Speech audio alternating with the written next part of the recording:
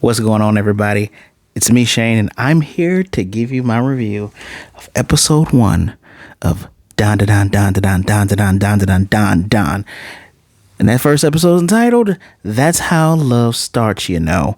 So before I go any further, please hit that like button, subscribe, and hit the notification bell so you be notified of more reviews like this. And you want to support me even further, hit that Patreon link right there in the description.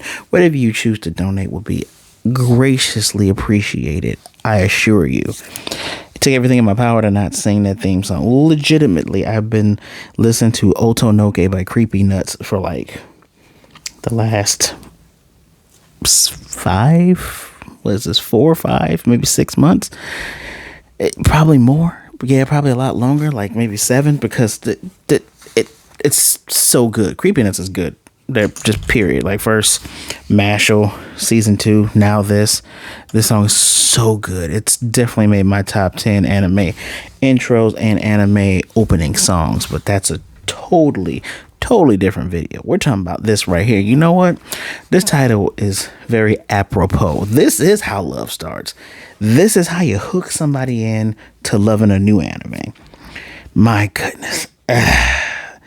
It's like, and also in the intro where you see Ken, I'm just spoil the names of the people. You guys have watched this already, right? But Ken, when he's running, kind of looks like Devilman Crybaby. Although he's actually running proper, even when he transforms, even though it's like a longer stride, and it kind of looks like that Shady Flash that we're not going to talk about. His run where he's always falling with Devilman Crybaby. It's also like a falling run. It's like someone who's never actually ran in their life before. I'd rather see you Naruto run, honestly. But what is this show about? What is this episode about? We got Momo Ayase, who's literally a gal who is in love with this movie character, or sure, it's not a movie character, but this movie star named Ken Takakura. Ken Takakura, Japanese movie star and singer, passed away in 2014. So crazy enough that this anime came out like 10 years to his death, November 10th. 10 years to his death, basically. We're gonna go through a little bit of little known facts about Mr. Takakura. Rest in peace. He has a saying called what is the saying? The saying is, "I'm an awkward fellow," you know.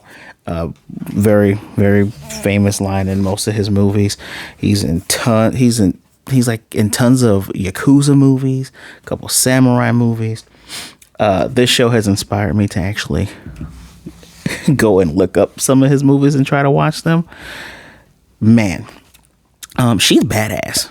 Like, Momo's pretty badass. We see her fighting with her now ex-boyfriend. Like, it comes up with a roundhouse kick, even though he, kicks her back. She's not strong enough to fight him, but she fights. She is a gal, or garyu. What is a garyu? I don't have the definition in front of me, so I'm gonna give you a quick summation. Basically, I don't want to say delinquent culture, but it's kind of delinquent culture. It's girls who usually they tan their skin and try to imitate what they believe is the actions of black women. That's where the gal part comes from.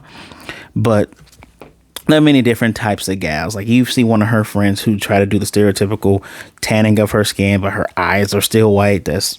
Maybe that's makeup, but that's really bad makeup around the eyes. But gals typically have a disposition of being tougher, kind of like tomboys. Rough and tumble, but do dress nice.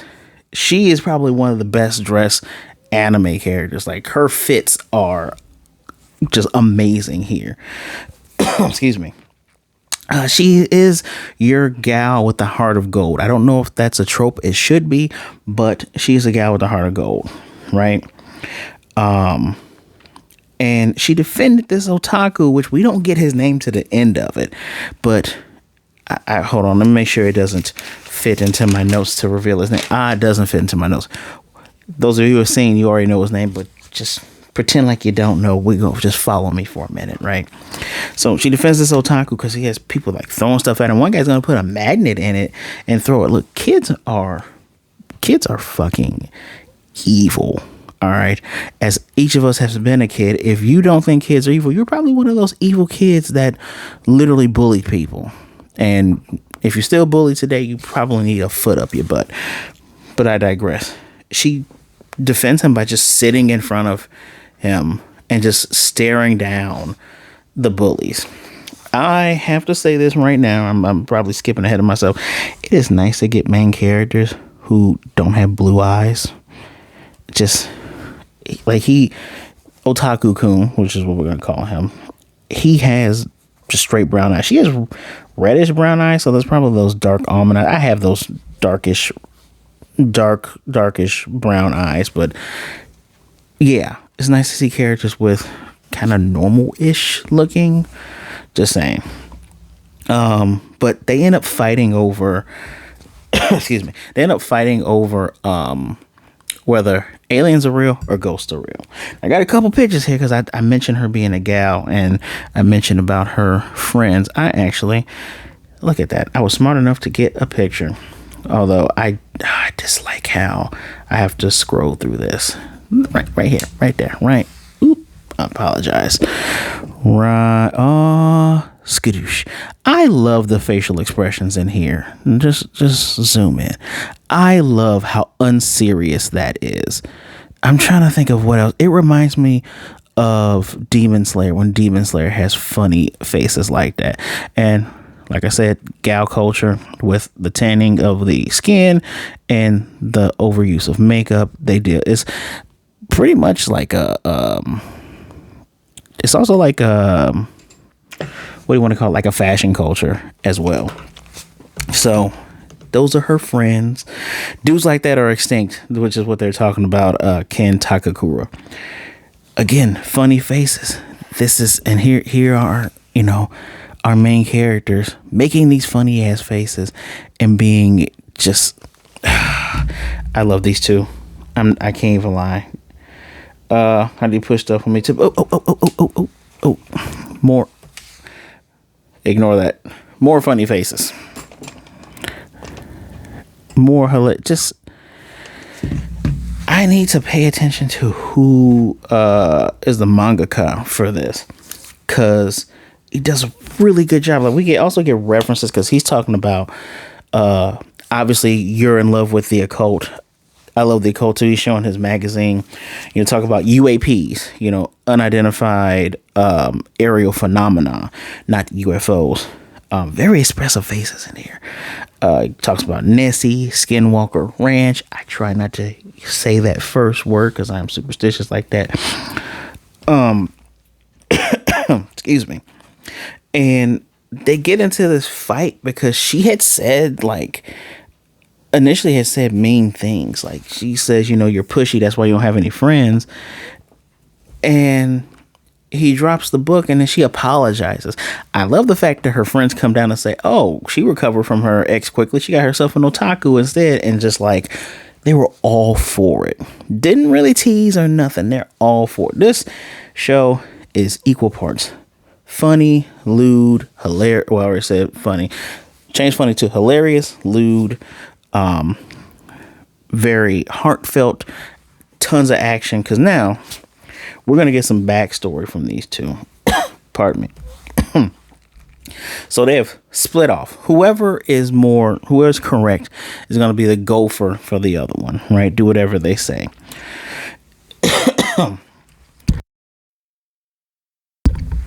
So she's at Nagi General Hospital, which has been the site where many people try to contact aliens and have been abducted by aliens. And he is at this long tunnel that's said to have this ghost in it, the spirit in it, called Turbo Granny. But before we get into the grannies of the turbos and these aliens, let's get a little backstory real quick. The reason why she believes in spirits is because her grandmother is a spirit medium.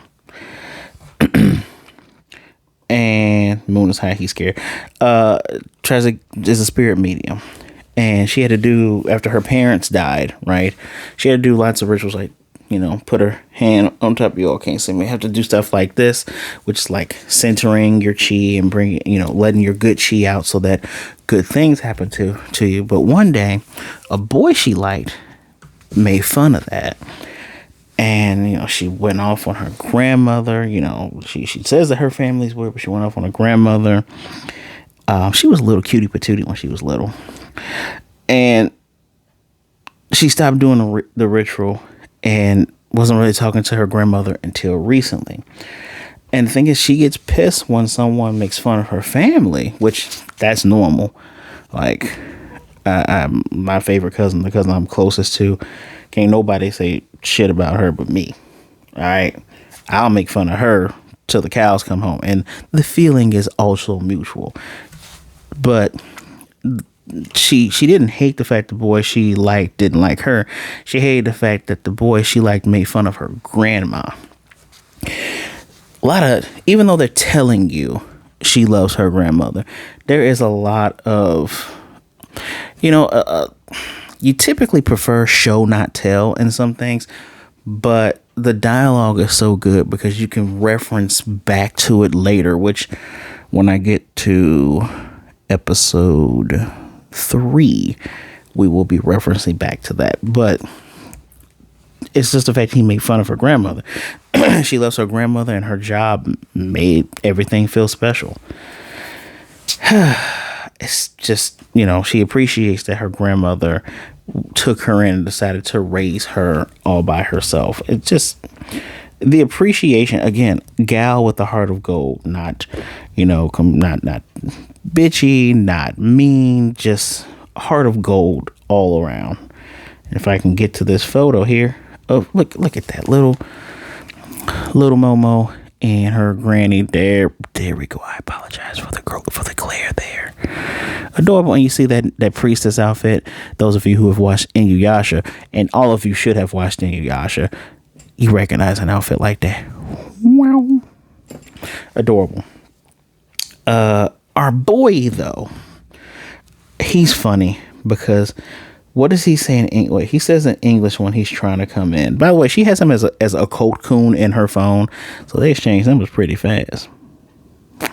What is he saying here? He says too shy boy. I don't know what that is a reference to, if it's a reference to a song, but okay. They both have funny banter because he's like, have you ever seen spirits? She's like, no, but my grandma. She's like, you ever seen a UFO? And then he changes the subject, talking about regressive hypnosis and that people who typically get abducted get their minds wiped. But and it was very subtle how they did it, and it took me a minute to notice. It looks like she walked into something because there started being more lights that were on. Blue lights, mind you. And where before there was no lights, it was just all dark. He's walking in, we see red footsteps on the wall, and I'm like, oh shit, he's in trouble. And he gets to he turns forward, and there's an old woman in front of him, and she says, and I quote, "I'll let you suckle my teats if you let me gobble that weenie." And those eyes are weird and roll forward, and I couldn't put a pin on the voice. I didn't know where what the voice came from. Initially, I was thinking Naruto, but no. This is the voice of the Japanese actor for Luffy. I am not good with a lot of people's names. I forget her name. I will probably tell you her name my next review. But yeah, no, look, I wish I could flip it and reverse that. Cause that's it right there. Let me gobble that weenie. She wants to gobble your weenies, everybody. If you got one. He starts to run, and on the phone, Momo's like, do not run, because if you lose a race to her, you're going to be cursed. And just the overall effect, and the effect matters here, right? Let me flip this page. The effects matter here because I'm just going to skip ahead. I notice that when you're dealing with spirits or you're dealing with aliens, the area of effect around them has different colors. Now, initially, I thought aliens have a monotone. They do have a monotone. Whatever, they have one shade of a color. This one's going to be blue, but it seems like all spirits have a red color. At least for right now. I don't know. Haven't seen another spirit in this show as of right now, but that's what it looks like. And the tunnel was just stretched out, and she gets him. And I like how her phone starts glitching out and turns red, but she gets grabbed by these three weird looking dudes. I know you've seen them before. They get her, rip her clothes off, and you instantly go, I'm sorry, what now? These things are, or I said, I love this facial expression. These things are called the Serpians. They're from planet Serpo, so that's why I call themselves Serpians, right? What they want to do, they call her Hello Woman person. What they want to do is mate with a human female so they can have their reproduction abilities back. Because the only way that they move forward is through cloning. And unfortunately, through cloning, they don't have biological evolution.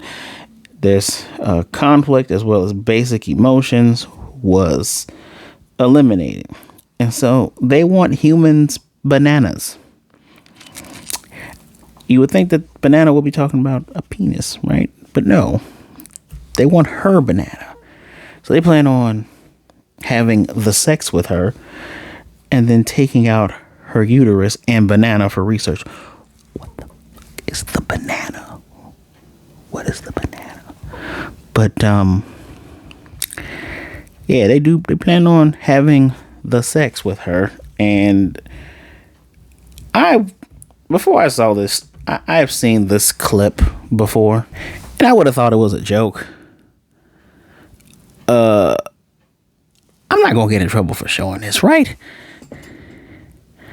Because you won't. What? Really? And, when they're trying to do their little... Oh, Lord, I probably shouldn't. Okay, so we're just going to zoom in on the spiky part. That doesn't look right. I'm just going to zoom in on the spiky part. I just realized what that entire scene is insinuating here, which is forced copulation with a young person. They're trying to use their mind powers to get her mind state altered so that she is aroused for this whole entire thing. And then Turbo Granny comes through the phone, covered Okarun, that's what she's gonna call him eventually. He is covered in this Turbo Granny armor. Is like he's possessed and it's coming out through him. And I also thought it was pretty freaking badass that she came out through the phone, like The Ring, where she comes out through the television. These serve Papian people, we see their true form, which very reminiscent of an Ultraman alien. This Ultraman alien that kind of looks like that. They even do the Ultraman beam thing, right? When they were doing their Serpian form, Serpo geometry. Turbo Granny bites two of their weenies off where their weenies would be. The third one does get the better of them with, the not Ultraman beam. And eventually, Momo remembers what her grandma had taught her about releasing her chi, and she releases her chi, and it releases her latent, so everything that she's been going through with their little psychic organs on their hands has released her latent psychic, sixth sense organs on her hands. Has banana thief. So are bananas supposed to be penises? Whatever. her latent psychic abilities. And this is cool because just like she has those earrings that are this greenish blue color, that is how her power is represented. It comes out and she's super strong. I want to call her Super Momo at this point. Kicks the shit out of the one that's left in front of her and sends it shooting through the building. And then it, like, the fake moon is also the UFO. I want to rewatch this. Like, I actually really want to rewatch these episodes. I have not felt this strongly about an anime since Fooly Cooly. I really like this, but I need to rewatch it just so I can understand what's going on here. But yeah, no. She's using her power to try to calm down the Turbo Granny curse within him. They crash. They have a conversation. And I kind of skipped some parts, but Otaku, or Okarun, he's basically telling the aliens to let her go and to take him because he doesn't want anything to happen to her. He blames himself for her getting in this situation. Well, for both of them getting in this situation. I'm going to make sure I get this correct. Go back here. Oh, I do have flashes of her power. She is in her underdraws though, so give me a second, everybody. Where does he tell them that robot penis? So he's been calling out to this guy since grade school.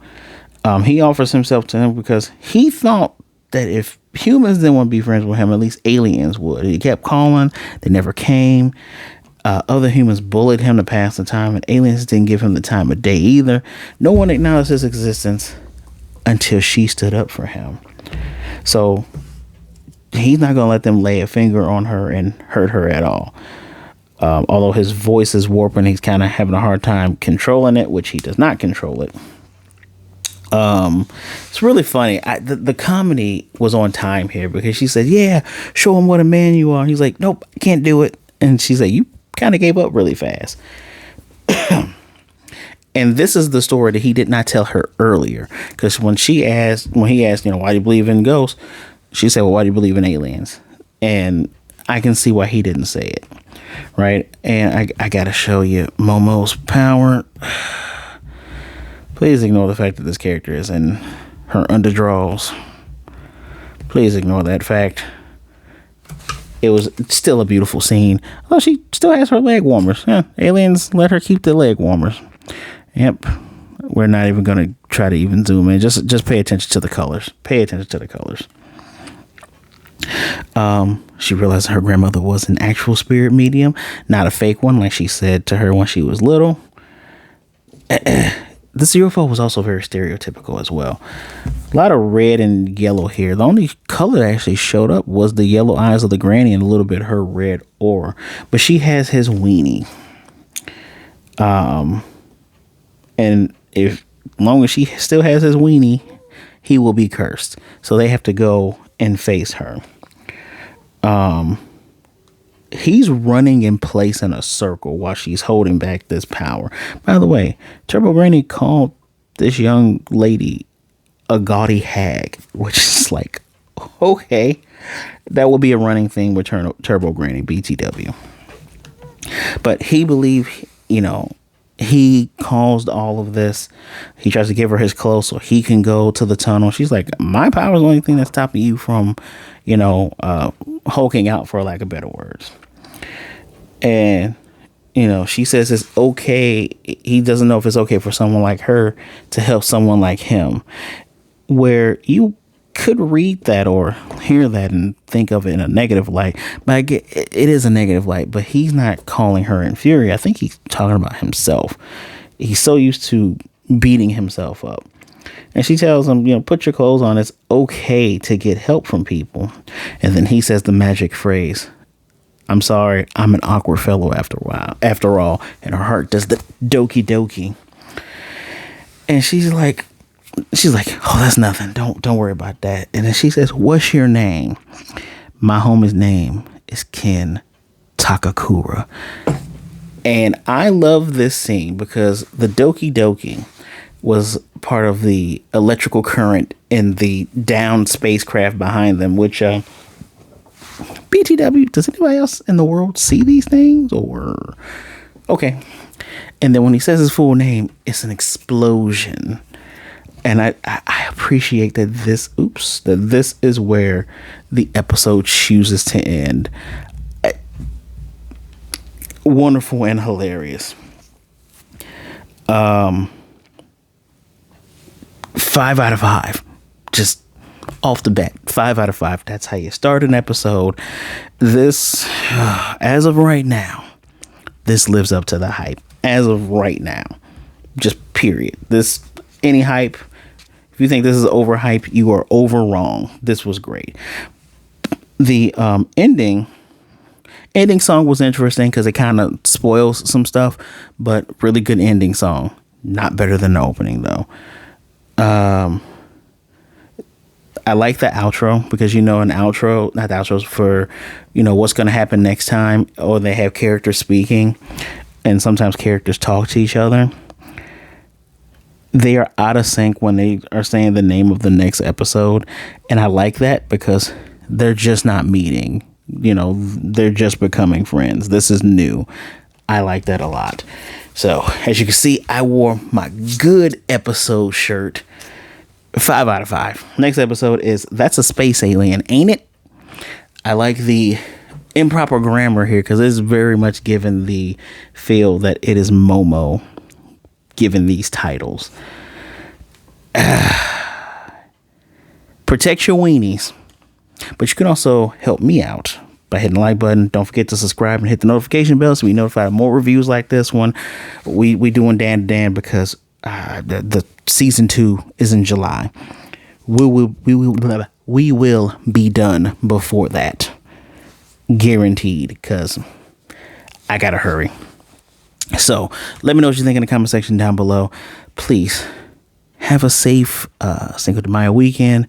Be good, be blessed, wash some hands, drink some water, be good to yourself, be good to others. Either way it goes, please don't be a jerk. All right, remember there are people out there that care about you.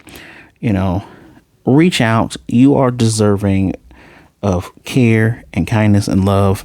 I promise you there are people out there that rather talk to you today than to miss you and mourn you tomorrow. Reach out to somebody. My social medias are in the description below. Give me a follow, say hello, but be mellow, and we'll be good to go. All right. So this is me running to that next episode right now. All right, y'all. I'm gonna see you there in a minute. DanDaDan.